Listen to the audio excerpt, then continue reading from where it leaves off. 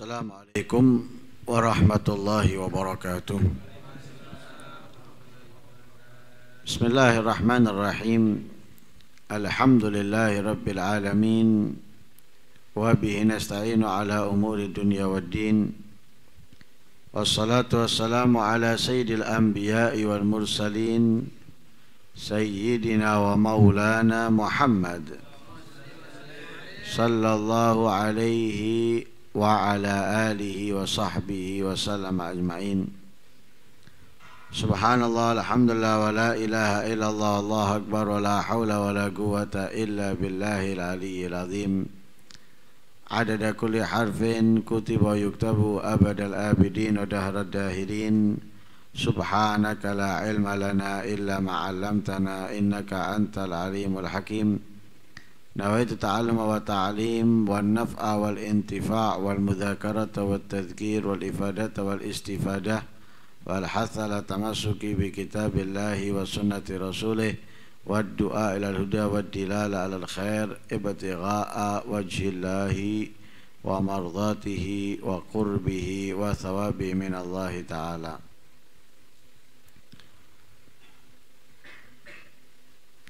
Faqala ya sahibai sijni a'arbabun mutafarriquna khairun amillahul wahidul qahar ma ta'buduna min dunihi illa asma'an sammaitumuha antum wa aba'ukum ma anzalallahu biha min sultan. Inil hukmu illa lillah amara alla ta'budu illa iyyahu dzalika dinul qayyim walakinna aktsaran nasi la ya'lamun.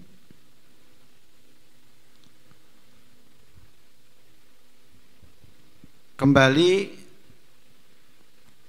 Nabi Allah Yusuf alaihi salam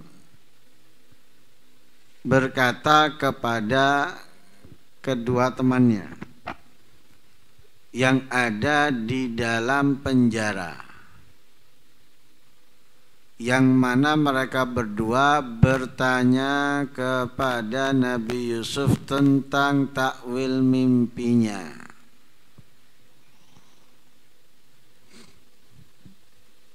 Kemudian Nabi Yusuf sallallahu alaihi salam wa ala nabiyina afdhalus salati wassalam mengatakan kepada mereka berdua, aku bisa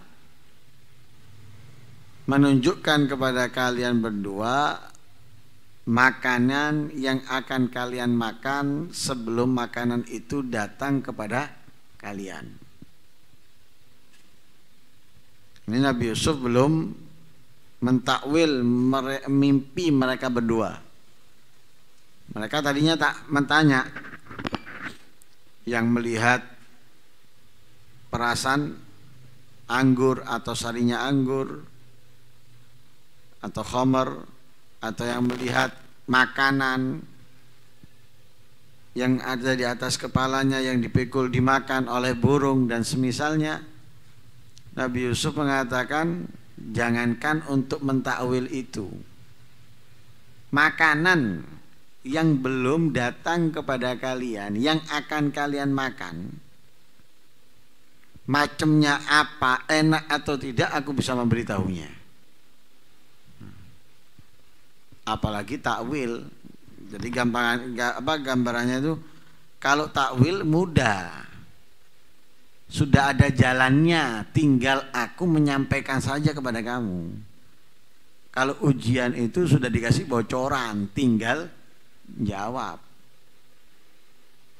Jangankan mentakwil, makanan yang belum kalian dapatkan, yang akan kalian dapatkan, aku bisa kasih tahu kamu sebelum makanan itu datang. Jadi menunjukkan kepada mereka ini ada yang lebih hebat dari itu yang aku bisa. Bukan hanya mentakwil, lebih dari takwil aku bisa. Ya itu tadi. Jadi ini kalau bahasa seperti ini nih membuat orang itu down dan membuat orang itu nerima. Itu biasanya dilakukan oleh psikolog. Nah, psikolog itu atau dokter dan semisalnya itu ketika pasien datang itu didonkan dulu pasien. Terkadang nggak semuanya pasien, terkadang ngelihat. Nah, kalau pasiennya itu coba-coba, ada kan pasien yang coba ke dokter ini, nanti dokter itu. Ada dokter yang tahu, yang ngerti. Pasien itu langsung ditembak sama dokternya. Kalau sampean ini mau coba-coba, toh percuma. Saya nggak akan meriksa, saya nggak akan ngasih obat. Nggak akan berfungsi obat yang saya kasih. Nggak akan berjalan dan sia-sia. Kalau mau ya sudah, kalau nggak mau ya enggak. Jadi orang dengan shock terapi ya. Akhirnya apa? Ya sudah percaya langsung dengan dokter ini. Dia nggak mungkin ke dokter lain, sudah pasrah sudah. Oh iya wis. Ini loh obatnya. Kamu minumnya sekian, makanya ini dan sebagainya. Percaya dia, nggak mungkin ke yang lainnya. Kenapa? Sudah di shock terapi sama dokter tadi itu. Lah kadang juga polisi seperti itu kepada buronan atau yang ditangkapnya. Caranya berbeda-beda, macam-macam. Akhirnya mereka ngaku. Tanpa kadang nggak perlu disiksa, sudah ngaku, sudah ketakutan. Langsung ngaku. Ya ini, ya itu dan yang lain sebagainya. Lah Nabi Yusuf kepada mereka berdua seperti itu. Kok takwil mimpi? Itu mudah bagiku. Gampang kalau itu. Aku bisa memberitahu kamu makanan yang belum sampai kepada kamu. Apa makanan yang kamu makan yang akan datang itu enak atau tidaknya aku bisa. Langsung mereka ngomong, itu tukang sihir yang bisa. Katanya Nabi Yusuf, aku bukan tukang sihir. Aku bukan tukang sihir. Aku bisa seperti itu, mengerti seperti itu di antara yang telah diajarkan Allah Tuhanku kepadaku. Nah, aku bisa mendapatkan itu karena apa? Karena aku mengikuti ajarannya ayah-ayahku atau kakek moyang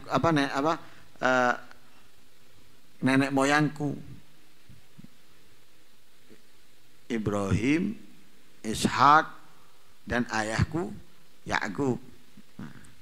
Sehingga aku mendapatkan itu dari Allah Subhanahu wa ta'ala. Makanya terkadang anak itu kalau mengikuti ayahnya atau mengikuti orang tuanya.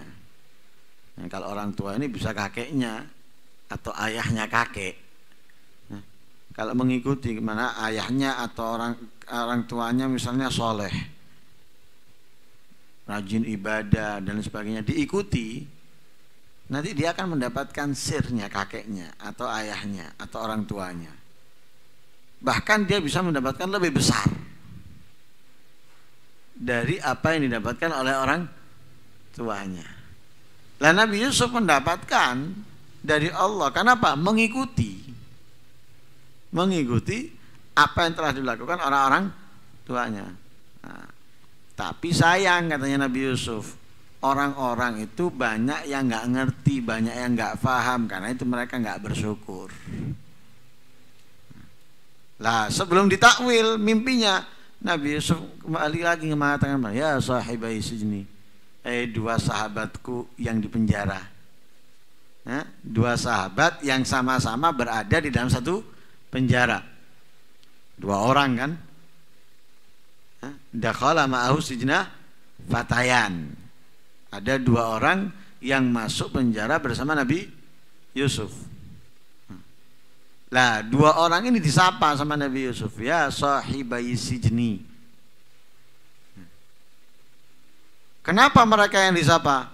Apakah nggak ada yang lain? Ada yang lain, tapi yang disapa mereka berdua karena mereka dua yang ingin mimpinya ditakwil, disapa sama Nabi Yusuf.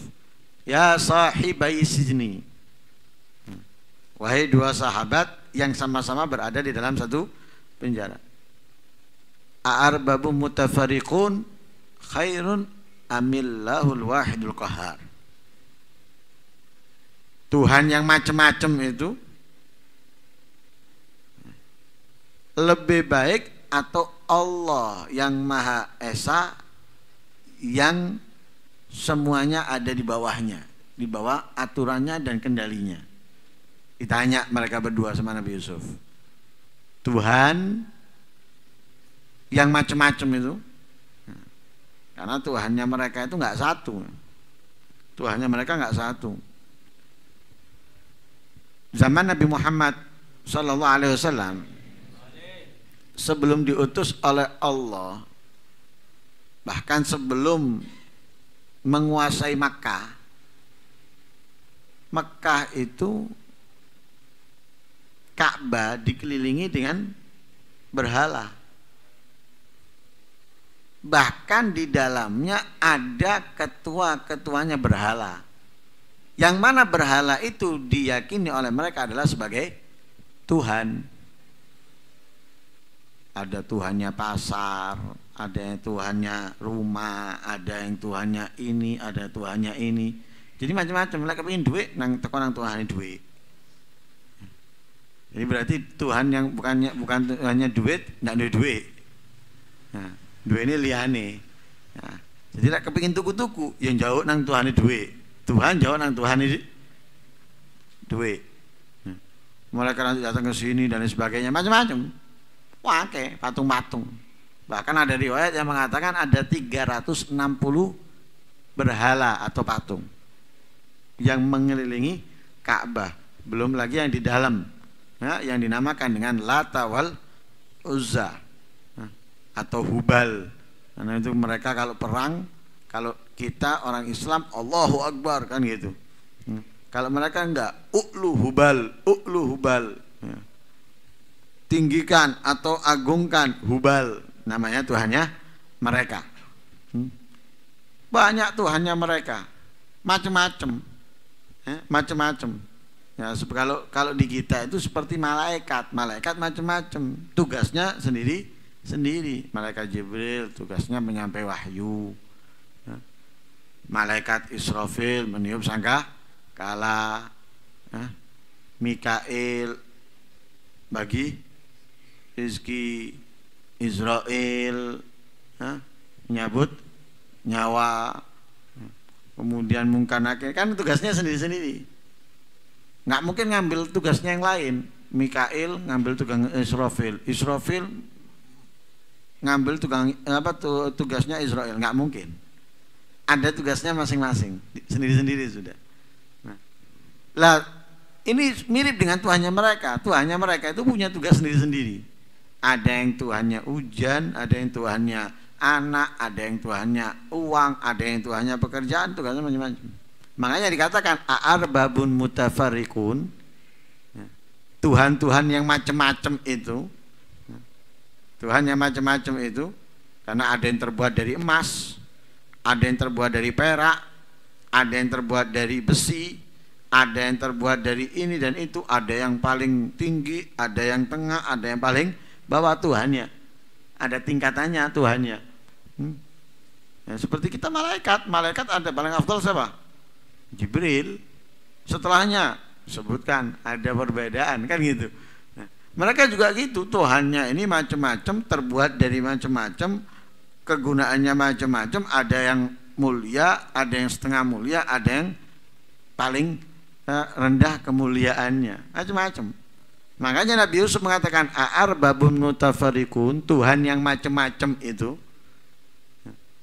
lebih baik, khairun, lebih baik, Allahul wahidul qahar, atau Allah yang Maha Esa. Karena apa? Tidak ada duanya. Qul huwallahu ahad, ilahukum ilahun wahid, nggak ada yang lain. Sudah nggak ada yang lain, nggak ada yang ngembari, tidak ada yang menyerupai, la syarika lahu, laisa kamitslihi syai'. Jadi satu-satunya. Kalau sponsor itu tidak ada duanya, ternyata ya ada mobil lain, Ini ngomong tidak ada duanya. Tidak ada duanya berarti tidak ada motor liane. Kok motornya banyak?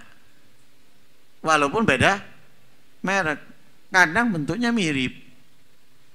Apa bedanya terus? Nggak ada duanya itu berarti satu-satunya. Kan gitu. Tidak ada duanya itu berarti apa? Satu-satunya. Lah apa satu-satunya? Tidak ada yang lain. Ada. Dari pabriknya dia tuh macam-macam. Apalagi dari pabrik yang lain. Tapi kalau Allah Tuhan kita nggak ada, satu sudah. Nggak ada. Tidak ada bandingannya, tidak ada yang menyerupainya. Al-Qahhar, Al-Ghalib Al-Kul, yang menguasai segalanya. Yang menguasai segalanya.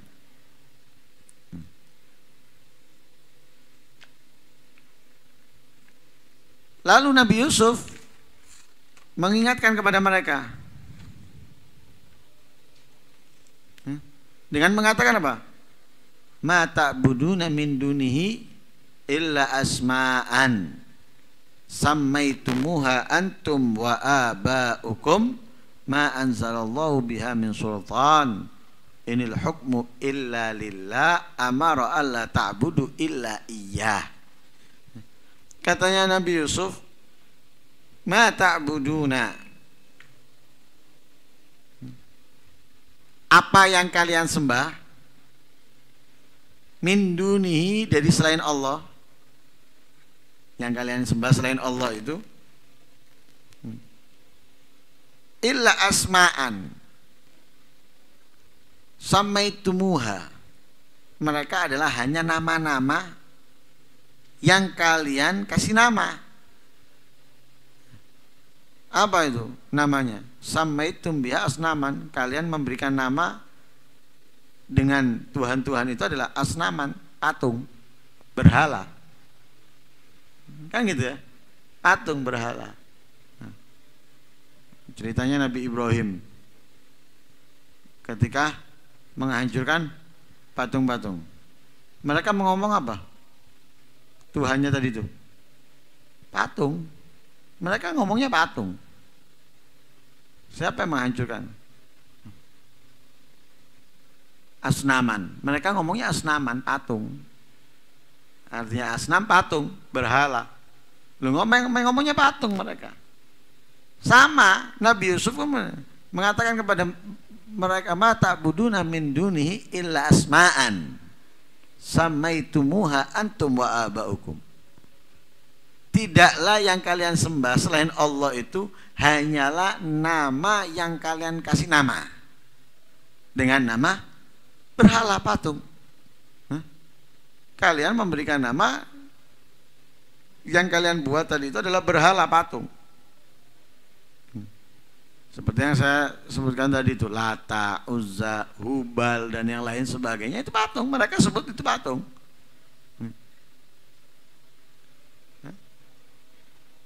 Lah mereka yang mau baca-baca apa mau ngasih nama? Mereka. Selain mereka siapa? Yang masih hidup di sekitar itu orang tuanya, pendahulu mereka. Pendahulu mereka memberikan namanya itu adalah asnaman, patung. Patung. Yang dianggap oleh mereka adalah Tuhan yang kemudian mereka sembah. Tuhan yang kemudian mereka sembah, yang disembah oleh mereka dan disembah oleh orang tuanya atau sebelum mereka.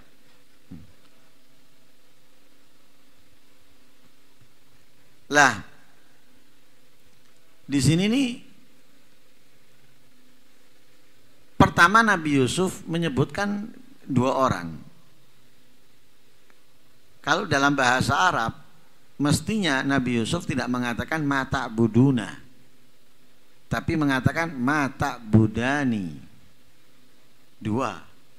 Tapi Nabi Yusuf mengatakan mata buduna. Jadi dari khitab untuk dua orang, khitab untuk jama', untuk banyak orang. Jadi diawali dengan khitab untuk dua orang, lalu Nabi Yusuf mengkhitab untuk semua orang. Lah maksudnya yang diinginkan oleh Nabi Yusuf, khitab ini bukan hanya untuk mereka berdua, tapi jami ahli sijin, semua penghuni penjara, semua penghuni penjara, atau semua orang yang keadaannya sama dengan mereka, yaitu apa? Orang yang menyekutukan Allah dengan selainnya. Khitab ini bukan hanya untuk mereka berdua, tapi untuk semua penduduk penjara, atau juga kepada semua orang yang melakukan kemusyrikan. Jadi khitab pertama untuk dua orang, kemudian khitab bukan hanya untuk mereka berdua, tapi untuk semuanya. Kenapa? Mengingatkan untuk yang lain juga.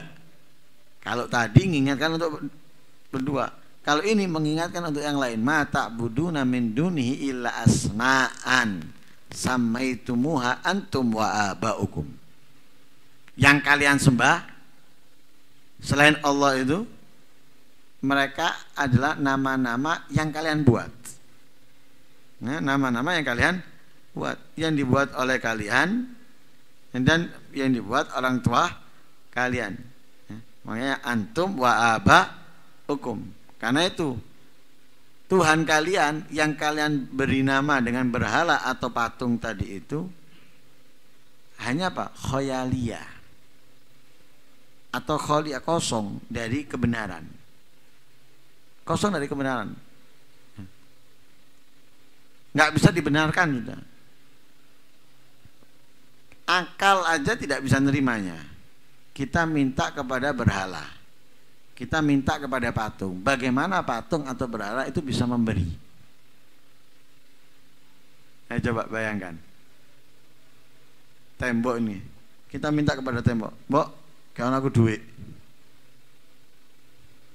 Mana bisa tembok itu ngasih duit? Atau misalnya kita ngomong ke sapi, "Pipi, ya, kasih aku makan." Nggak mungkin. Mau kasih apa? Biskuit sama sapinya? Nggak mungkin. Mau sapinya nggak makan biskuit. Atau api, kita ngomong ke api, "Wahai api, kasih aku air." Mau apinya nggak minum. Nggak bisa kan? Kan ada yang nyembah api, ada yang nyembah sapi, ada yang nyembah patung. Lah semuanya itu nggak bisa memberi. Semuanya nggak bisa memberi. Logika nggak bisa diterima. Kemudian dijadikan Tuhan. Gimana coba? Mereka sendiri tidak bisa memberi, kemudian dijadikan, diangkat sebagai Tuhan. Lah ini sama dengan apa? Sama dengan kita ini ngangkat seseorang untuk jadi ketua, tapi kita tahu yang kita angkat ini bodoh. Berarti yang ngangkat pintar atau bodoh? Ya bodoh bisa berarti. Kenapa? Sudah tahu yang diangkat ini bodoh kok ngangkat. Sedangkan yang akan dikerjakan mengatur beberapa orang misalnya dalam pekerjaan atau dalam perbuatan. Loh, berarti yang memimpin gimana caranya dia bisa memimpin? Sedangkan dia bodoh. Kalau ada orang mau dipimpin dengan orang bodoh, ya bodoh pisan. Nah, coba ada orang gila kita jadi angkat, jadi imam sholat misalnya. Kita mau jadi makmum ya gendeng pisan berarti. Bisa orang gila di kawan nyembah, Allahu Akbar, takbir, Bismillahirrahmanirrahim, Alhamdulillahirabbil alamin. Tengah-tengah sembahyang nyanyi atau misalnya joget misalnya. Loh, yang bodoh siapa? Ya kita emang jadikan dia imam. Kita tahu sudah gila-gila, kita suruh jadi imam. Sama patung dan ini nggak bisa memberikan apapun. Kok dijadikan Tuhan? Dah lucu. Nggak bisa memberi apapun. Makanya yang dianggap oleh mereka Tuhan itu illa asma'an, hanya simbolis saja, simbolis yang mereka buat, tidak ada hakikatnya sama sekali, tidak ada kebenarannya sama sekali di dalam ketuhanan yang mereka angkat.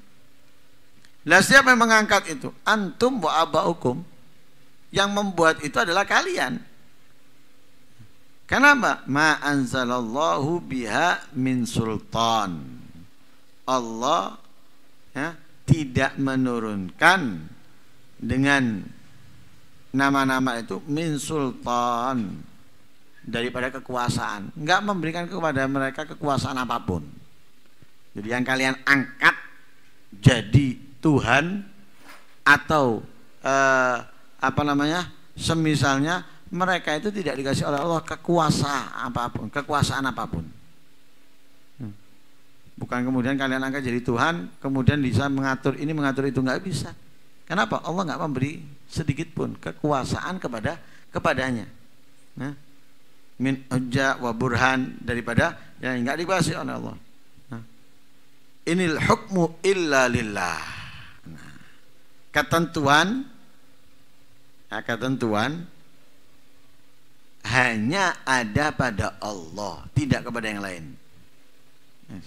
Jadi yang kalian angkat, yang kalian jadikan Tuhan, 1000 orang, 2000 orang, 1 juta orang, 30 juta orang mengangkatnya sebagai Tuhan, tetap Allah tidak memberikan kekuasaan apapun kepada dia, sedikit pun.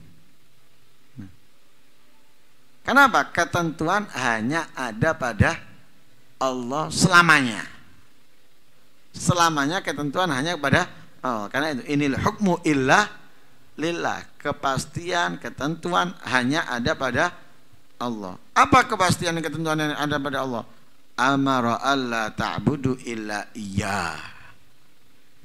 Nah, itu Allah tidak memerintahkan kalian untuk beribadah kecuali kepadanya. Allah memerintahkan kita hanya beribadah kepadanya, bukan kepada yang lain. Berarti yang kalian jadikan Tuhan nggak sah. Nggak sah, nggak perlu lanjut ke MA sudah. Kenapa? Nggak sah. Walaupun dia mencalonkan itu loh, ilegal. Kenapa? Di surat suara nggak ada fotonya, nggak ada nomornya, jadi percuma. Walaupun dia bikin banner keliling dunia, bukan hanya negaranya, keliling dunia sudah, dia nggak mungkin dipilih. Kenapa? Tidak ada dalam surat suara. Lu terus mau ngajukan ke MA, ya lapo. MA-nya juga nggak mungkin nerima. Sama Tuhan tadi itu nggak ada dalam pilihan sama sekali. Sekalipun kalian memaksa, ada nggak ada. Yang ada di situ hanya satu, yang memerintahkan kalian tidak beribadah kecuali kepadanya. Amara Allah ta'budu illa iya. Allah memerintahkan kalian untuk beriman, beribadah kepadanya. Lah perintah ini yang diperintahkan oleh Allah kepada kita, dzalika dinul qayyim. Itu adalah ajaran yang lurus, ajaran yang benar, ajaran yang kosong dari kebatilan, yang adalah hak. Maksudnya yang diajarkan menunjukkan kepada kita yang benar, mengajarkan kepada kita untuk menjalankan sesuai apa yang diajarkan oleh Allah kepada para nabi. Akan tetapi sekalipun sudah benar dan lain sebagainya, walakinna aktsaran nasi la ya'lamun, tapi tetap banyak orang-orang kafir yang tidak mengetahuinya, tidak memahaminya. Banyak di kota kita aja kita lihat banyak orang kafir. Jangankan yang kafir, sudah yang tidak menyembah Allah, menyembah yang lain. Ada yang menyembah Allah dengan yang lain. Yang nggak menyembah Allah, percaya dengan yang lain, masih lebih untung daripada menyembah Allah tapi dia juga menyembah yang lain. Lebih buruk ini. Jadi dia dalam waktu tertentu dia percaya kepada Allah, yakin dengan Allah. Dalam waktu yang lain dia nggak percaya dengan Allah, percaya kepada sekutunya Allah. Itu terjadi dalam hal A, dia percaya kepada Allah, yakin kepada Allah, wah nggak bisa diganggu gugat. Ente coba untuk rusak keyakinannya dia, nggak mungkin dilajeni, nggak percaya dia. Tapi ada yang lain, dia nggak percaya dengan Allah, percaya dengan yang lain. Ente ajarkan dia yang benar, ditolak ente, nggak percaya sama Allah dia. Lebih parah. Lebih parah. Udah banyak orang yang nggak ngerti. Yang kafir nggak ngerti atau yang musyrik juga nggak ngerti, banyak. Banyak bukan sedikit, banyak. Yang lahir dari keluarga Islam yang seperti itu banyak. Dan yang memang lahir dari keluarga al-Yahud wan Nasara atau semisalnya juga banyak. Makanya katanya Allah, walakinna aktsaran nasi la ya'lamun. Banyak orang yang nggak ngerti, banyak orang yang nggak paham. Nggak ngerti apa? Nggak ngerti dia. Apa yang dia lakukan, apa yang dia yakini akan membuat dia mendapatkan azab dari Allah Subhanahu wa ta'ala. Karena kemusyrikannya, karena kekufurannya. Dia kan nggak sadar sekarang. Padahal dia dengar syirik itu gini, dengar. Atau kafir itu seperti ini, dengar. Tapi dia nggak berubah, tetap dengan kesyirikannya, tetap dengan kekufurannya. Lah dia nggak sadar ini. Kemusyrikan dan kekufurannya itu akan menyebabkan dia masuk ke nerakanya Allah Subhanahu wa ta'ala. Lah baru dari situ Nabi Yusuf mentakwil mimpinya mereka. Mentakwil mimpinya mereka. Insyaallah kita lanjutkan di pertemuan berikutnya. Mudah-mudahan Allah Subhanahu wa ta'ala menyelamatkan kita dari kesyirikan dan menetapkan keimanan dan keislaman buat kita, keluarga kita, teman kita, tetangga kita, dan umat Islam pada yang lainnya. Mudah-mudahan Allah Subhanahu wa ta'ala tidak mencabut nyawa kita kecuali dalam keadaan husnul khatimah, dalam keadaan berbaik sangka kepada Allah Subhanahu wa ta'ala. Amin Allahumma amin. Sallallahu alaihi wasallam Muhammadin nabiyil ummi wa sallam. Alhamdulillahirabbil alamin.